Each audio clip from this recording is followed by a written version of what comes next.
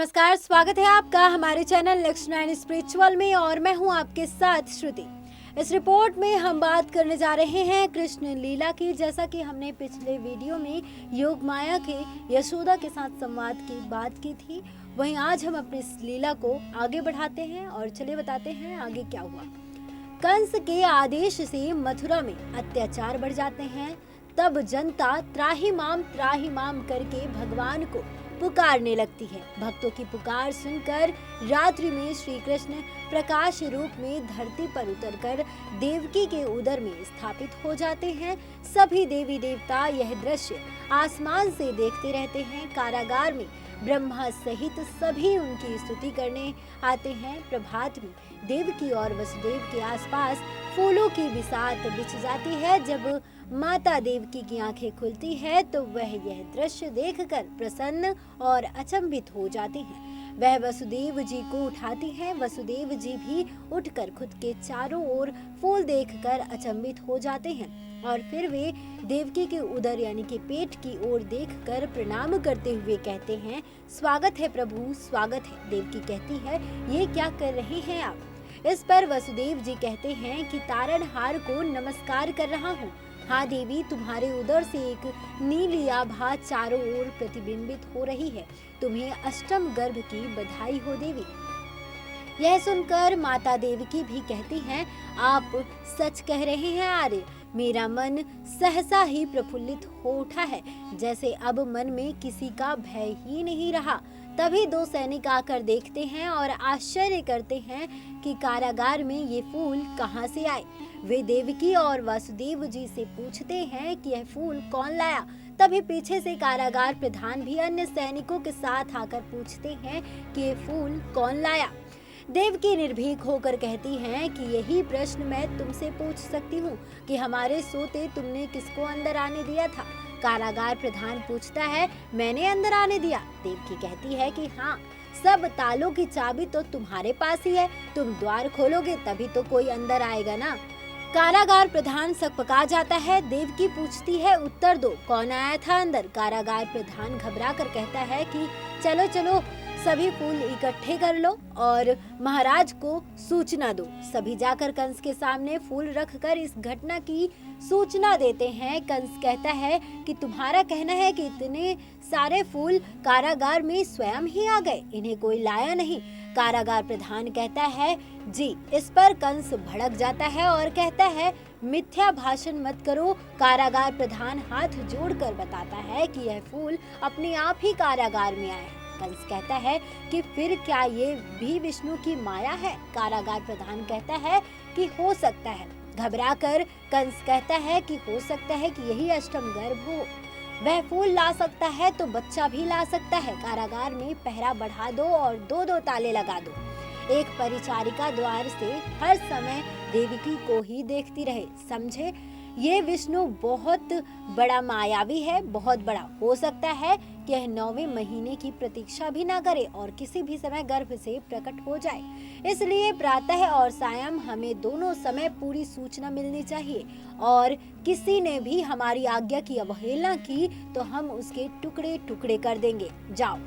उधर श्री कृष्ण पुनः योग माया को बुलाते हैं और कहते हैं कि देवी योग माया, अब धरती पर तुम्हारे प्रादुर्भाव का समय है। हम दोनों को धरती पर एक साथ प्रकट होना है। हम अपनी समस्त कलाओं सहित देवकी के पुत्र बनेंगे और तुम नंद की पत्नी यशोदा के गर्भ से जन्म लेना। तत्पश्चात परिस्थिति वश हम दोनों एक दूसरे के माता पिता की गोद में चले जाएंगे। सो एक प्रकार से तुम हमारी बहन कहलाओगी। देवी योग माया कहती है, मेरे अहो भाग्य प्रभु। रात्रि में यशोदा माता के उदर में जाकर योग माया स्थापित हो जाती है। यशोदा मैया की नींद खुल जाती है और वह अपने उदर पर हाथ रखकर अद्भुत अनुभूति अनुभव करती है।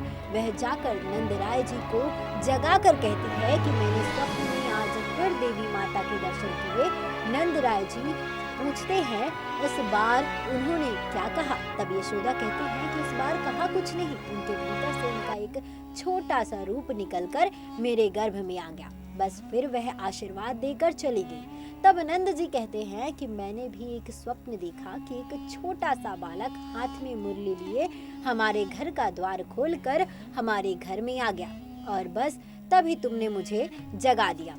उधर शांडिल्य ऋषि के पास अक्रूर जी जाकर कहते हैं, देवकी के अष्टम गर्भ से कंस बहुत उत्तेजित हो गया है। अब हमें देवकी भाभी और वसुदेव जी की सुरक्षा करनी होगी, इसलिए मैंने कारागार के चारों ओर अपने गुप्तचर फैला दिए हैं। शांडिल्य ऋषि कहते हैं, आपको ये सब करने की कोई आवश्यकता नहीं, क्योंकि जो तारनहार माता देवकी के गर्भ में पधारे हैं वे तो स्वयं ही जगत के रक्षक हैं। उनकी रक्षा भला कौन करेगा।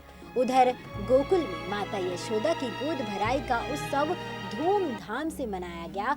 बाद में अक्रूर जी बताते हैं नंद जी को कि इस समय देवकी, देवी रोहिणी और देवी यशोदा के गर्भ में 3 महानतम शक्तियों का वास है। फिर अक्रूर जी बताते हैं कि कंस अब बड़ा सतर्क हो गया है। अक्रूर जी फिर वह सभी बातें बताते हैं कि किस तरह सप्तम गर्भ के समय कंस ने नाग देखा था और अष्टम गर्भ के समय फूल कारागार में बिछ गए थे। अक्रूर जी आगे कहते हैं कि कंस अब किसी पर भी भरोसा नहीं करता है और वह बहुत ही भयभीत हो गया है। उधर कंस पूछता है चाणूर से कि आज प्रातः परिचारिका ने आकर कारागार का समाचार नहीं दिया, जाकर पूछो क्यों। चाणूर कहता है कि अभी उसके आने का समय नहीं हुआ, थोड़ी देर में आ जाएगी। कंस कहता है कि नहीं, वो नहीं आएगी, कहीं कारागार में कोई घटना तो नहीं घटी। जाओ तुम जाकर देखो और सुनो, ये भी देखना कि वो सर्प तो वहाँ नहीं है। फिर हम स्वयं जाकर देखेंगे कि इस गर्भ में विष्णु के कोई लक्षण है कि नहीं। जाओ। उधर कारागार में माता देवकी कहती हैं कि आर्य इस बार विचित्र अनुभव हो रहा है, बालक का बोझ ही नहीं प्रतीत हो रहा। दोनों का वार्तालाप चल ही रहा था, तभी चाणूर अपने सैनिकों और कारागार प्रधान के साथ वहां आ धमकता है। देवकी और वसुदेव इससे भयभीत नहीं होते हैं। वह कारागार प्रधान से पूछता है, यहाँ बाहर से कोई आया तो नहीं, किसी ने भीतर घुसने की चेष्टा तो नहीं की। कारागार प्रधान कहता है नहीं। फिर चाणूर कहता है कि कारागार के भीतर पहरा दोगुना कर दिया जाए और कारागार के बाहर 8 प्रहर पहरा रखा जाए। ये अष्टम गर्भ है, हमें हर प्रकार से सावधान रहना होगा। ऐसा कहकर चाणूर वहां से चला जाता है।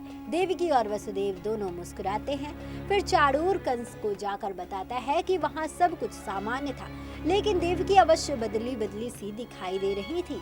उसके चेहरे पर जो भय होता था वह आज नहीं था। कंस डरते हुए कहता है कि ये तो बड़ी विचित्र बात है।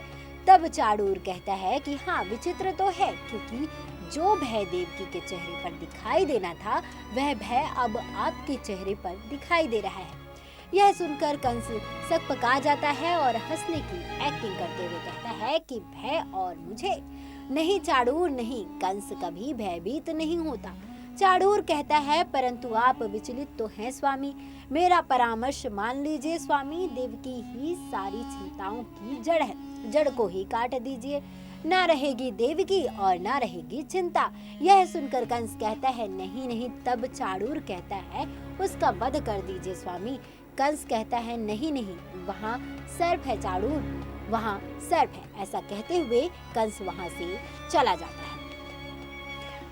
ये जानकारी आपको कैसी लगी? आगे की जानकारी हम अगले वीडियो में देंगे और इस वीडियो को आप ज़्यादा से ज़्यादा लाइक करें, शेयर करें और आप अपनी राय कमेंट बॉक्स में कमेंट कर ज़रूर बताएं और देखते रहिए नेक्स्ट 9 स्पिरिचुअल। नमस्कार।